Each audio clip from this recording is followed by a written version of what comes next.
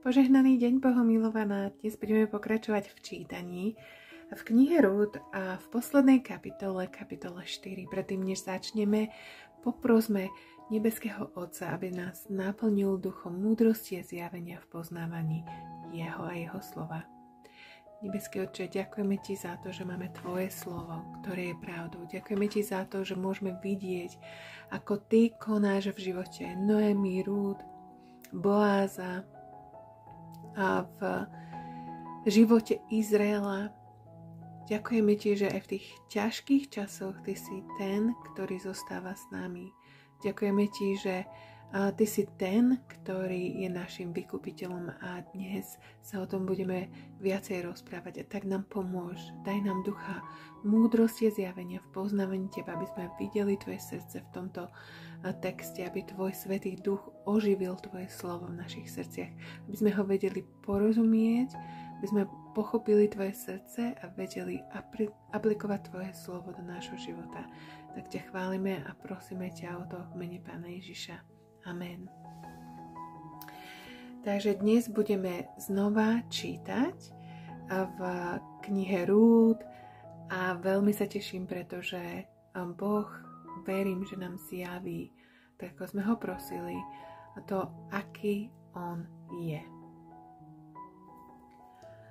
Boáz odišiel k bráne a tam si sadol. Čo nám hovorí brána?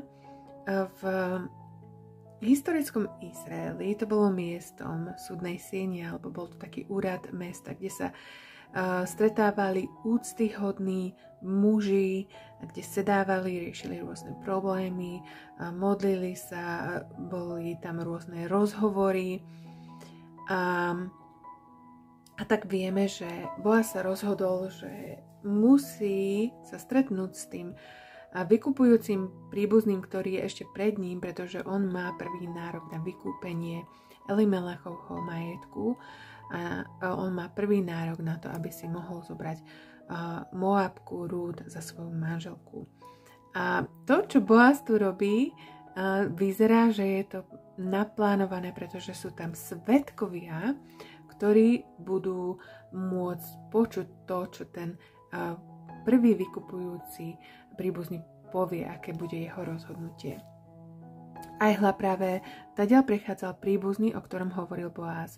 Vtedy povedal, nože ty, poď sem a sadni si tu. Je zaujímavé, že nespomína jeho meno, nevieme prečo, či nebol hodný toho, aby jeho meno bolo spomenuté, nevieme, alebo ten, čo napísal knihu Rút, to nepokladal za dôležité. Ten zastal a sadol si. Boáz vzal 10 mužov spomedzi starších mesta a povedal, sadnite si sem. Takže vidíme, že má svedkov. Oni si sadli. Potom povedal príbuznému, Noemi, ktorá sa vrátila z moabských straní, chce predať diel pola, ktorý patril nášmu bratovi Elimelechovi. Pomyslel som si, že ti to oznámim. Odkúp ho pred prísediacimi staršími môjho ľudu.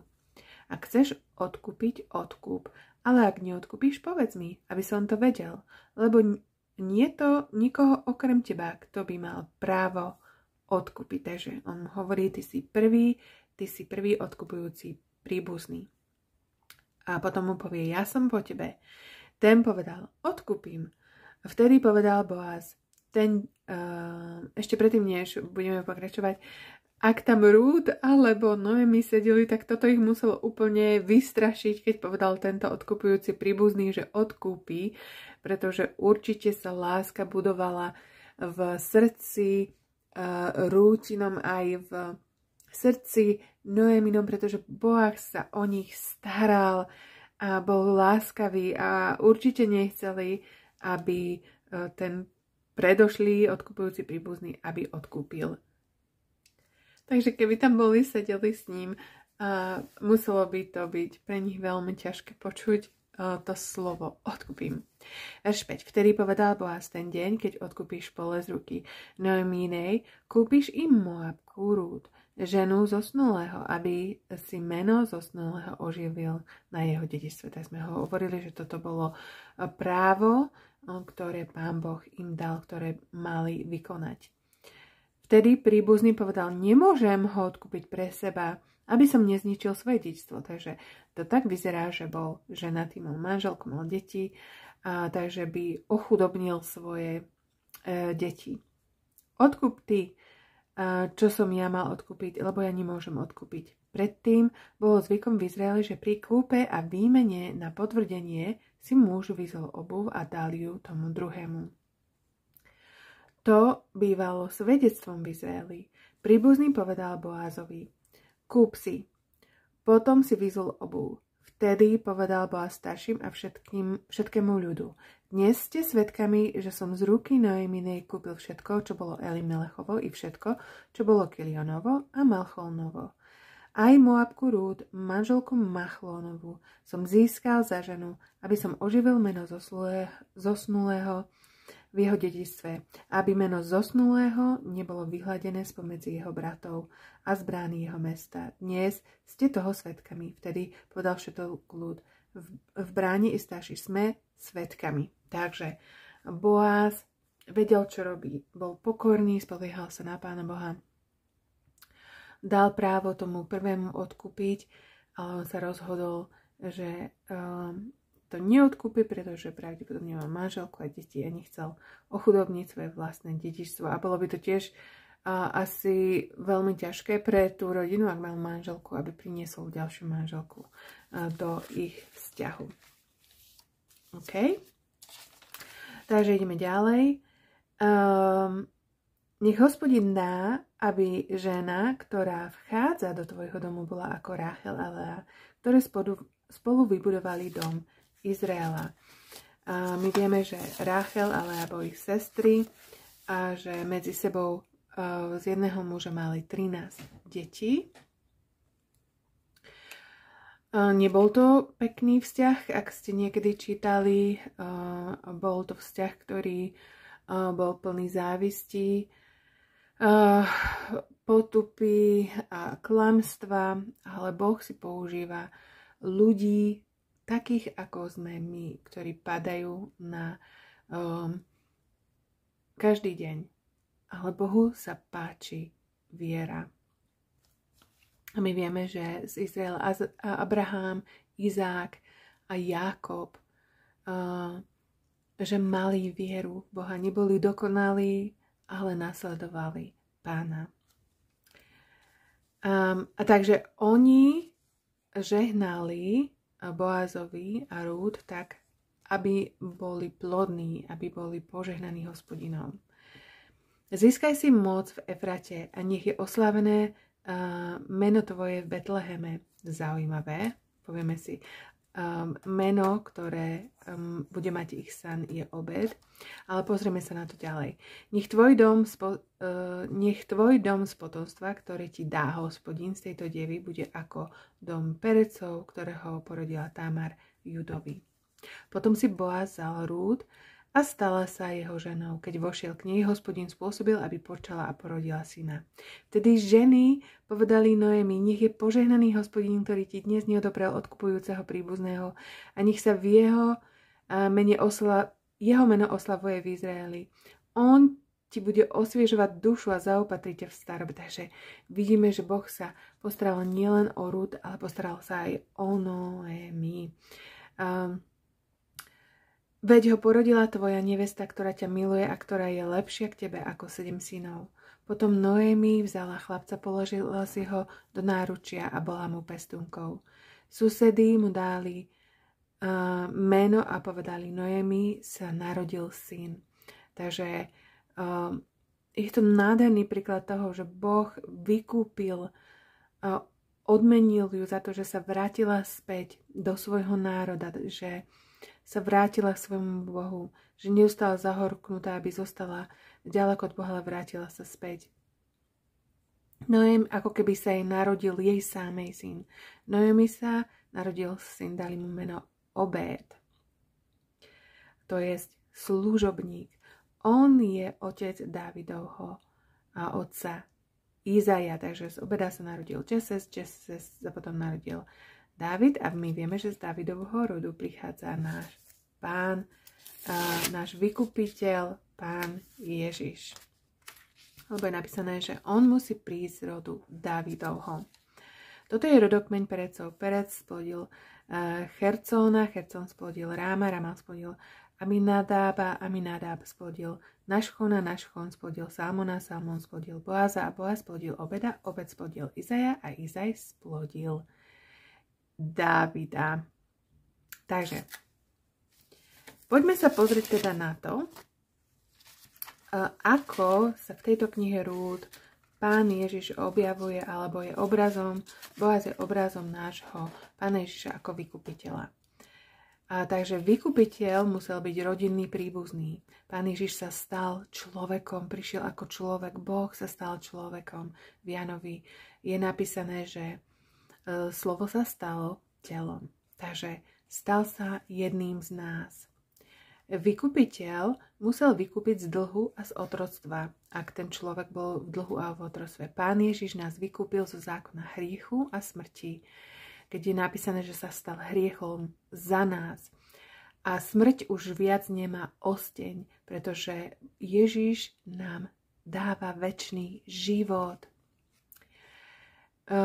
Výkupný, ten príbuzný, mal vykúpiť pôdu, takže náš vykupiteľ, Pán Ježiš, nás vykúpil z kráľovstva temnoty a preniesol nás z kráľovstva do kráľovstva, do svojho kráľovstva, do Božieho kráľovstva. Sme deťmi, dcérami Božieho kráľovstva, takže nás vykúpil z moci diablovej, pretože my vieme, že na určitú dobu Adam predal vládu nad touto zemou, preto sa tento svet volá padlý svet, dal moc diablovi, preto sa zlé veci dejú na tomto svete, ale ten jeho čas sa kráti. Takže Pán Ježiš nás vykúpil z kráľovstva temnoty a preniesol nás do svojho kráľovstva, Božieho kráľovstva. Bol, ako vidíme pri Boazovi, bol motivovaný láskou k nám. Tak ako Boaz bol motivovaný láskou k Rút, tak Pán Ježiš je motivovaný láskou k nám. Vykupiteľ to musel prijať a urobiť sám, takže my vieme, že Pán Ježiš povedal nebeskému Otcovi, ja idem. On to prijal túto úlohu spasiteľa a vykupiteľa. A Pán Ježiš nás vykúpil svojou krvou na kríži.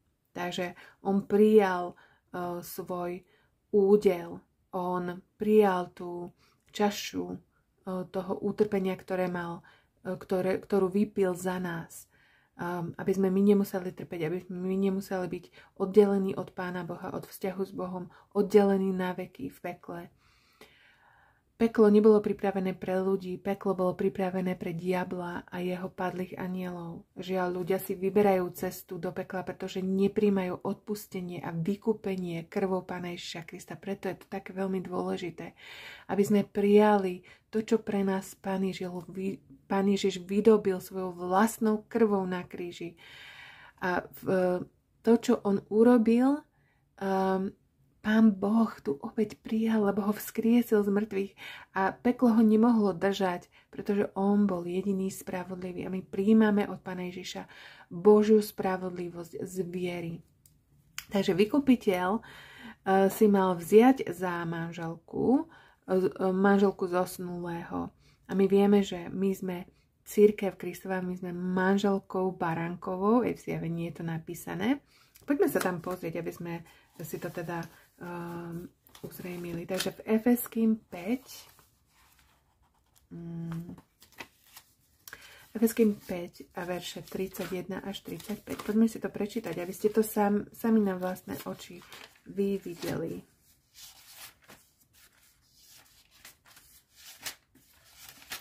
Takže Efeským 5, 31 až 35. Preto opustí človek otca i matku a pripojí sa k svojej žene. Pripojí sa k svojej žene. I budú dvaja jedno telo. Toto tajomstvo je veľké. Ja ho však vzťahujem na Krista a na cirkev.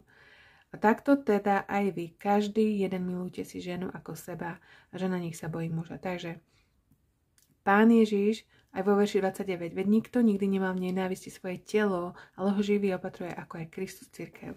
Takže on tu dáva príklad, že cirkev je manželkou Kristovou. Tak ako manžel opatruje svoju manželku, tak aj muži majú opatrovať svoju manželku ako Kristus cirkev. A potom v Zjavení 21. Takže v Zjavení 21 sa píše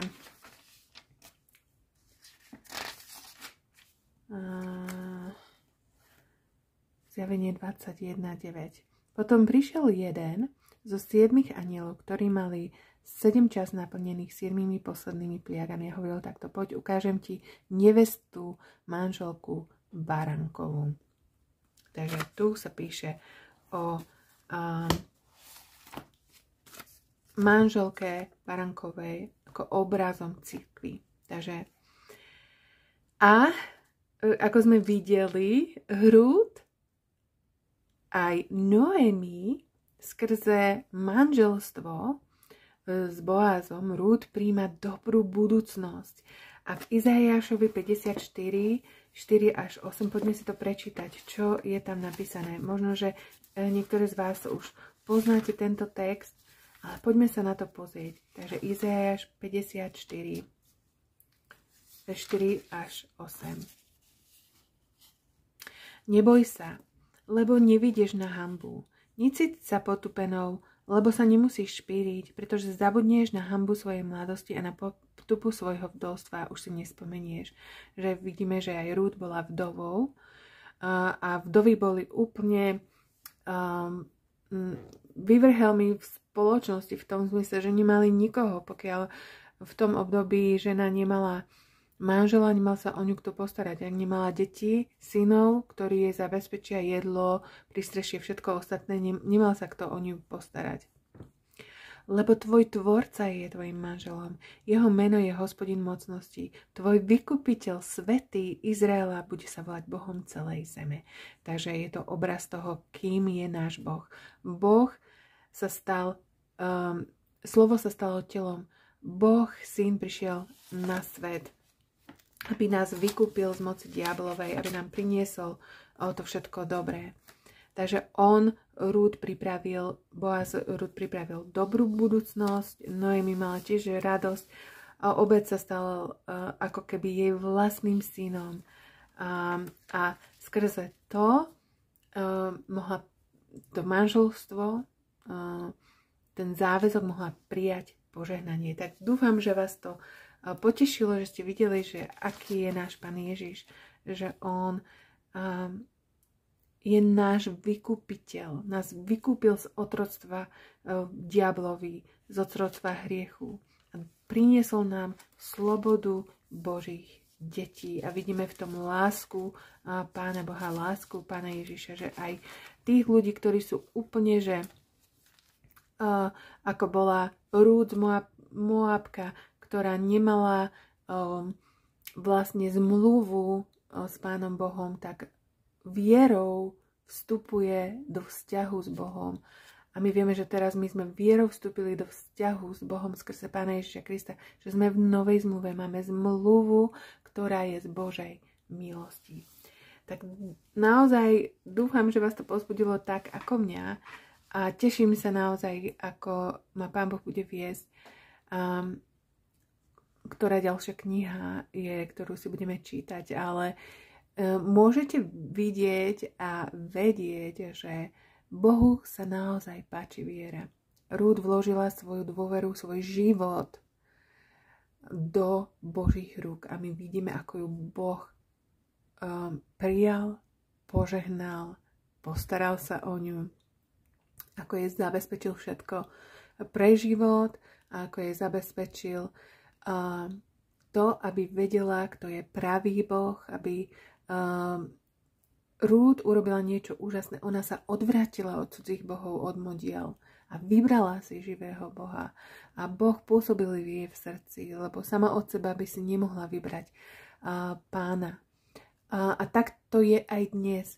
Žienky, Pán Boh posiela do vášho života ľudí, ktorí vám budú zvestovať slovo, ktorí vás budú povzbudzovať, aby ste si čítali Božie slovo, aby ste verili Pánovi Ježišovi. A to je Boh, ktorý posiela k vám alebo k vašim blízkym ľudí. Možno, že ty si práve to, ktorá bude poslaná k tvojim blízkym, aby si im povedala o Božej láske, aby si im možno ukázala tento príbeh o Rút. Ako Boh sa stará o tých, ktorí majú vieru. Takže v Neho, ktorí vložia svoju dôveru v Neho, ktorí ho príjmu ako svojho Boha, svojho Pána, kráľa a spasiteľa, záchrancu od hriechu. Pretože všetci zhrešili, všetci ľudia a nemajú slávy Božej, ale príjmajú spravodlivosť skrze vieru v Pána Ježiša Krista. A to ľudia potrebujú vedieť, že nemusia ísť priamou cestou do pekla, ale že môžu byť zachránení krvou baránkovou Pána Ježiša Krista, ktorý bol obetovaný. Sám sa obetoval, aby sme mohli prijať odpustenie, aby sme mohli byť obmytí, aby sme mohli byť ako tí, ktorí nikdy nezhrešili, pretože on zobral hriech na seba. Aby sme mohli byť Božími deťmi, mať vzťah s Bohom, mať krásny, nádherný vzťah s Bohom. A tento vzťah sa buduje počas celého nášho života. Tak zdieľajte toto so svojimi mamami, sestrami, kamarátkami, aby aj oni mohli vedieť, že sú Bohom milované, že sú Bohom vykúpené, ak príjmu to vykúpenie priamo z ruky Božej, z ruky Pána Ježiša Krista. Tak vám žehnám, ženky, a teším sa na ďalšie čítanie s vami v Božom slove.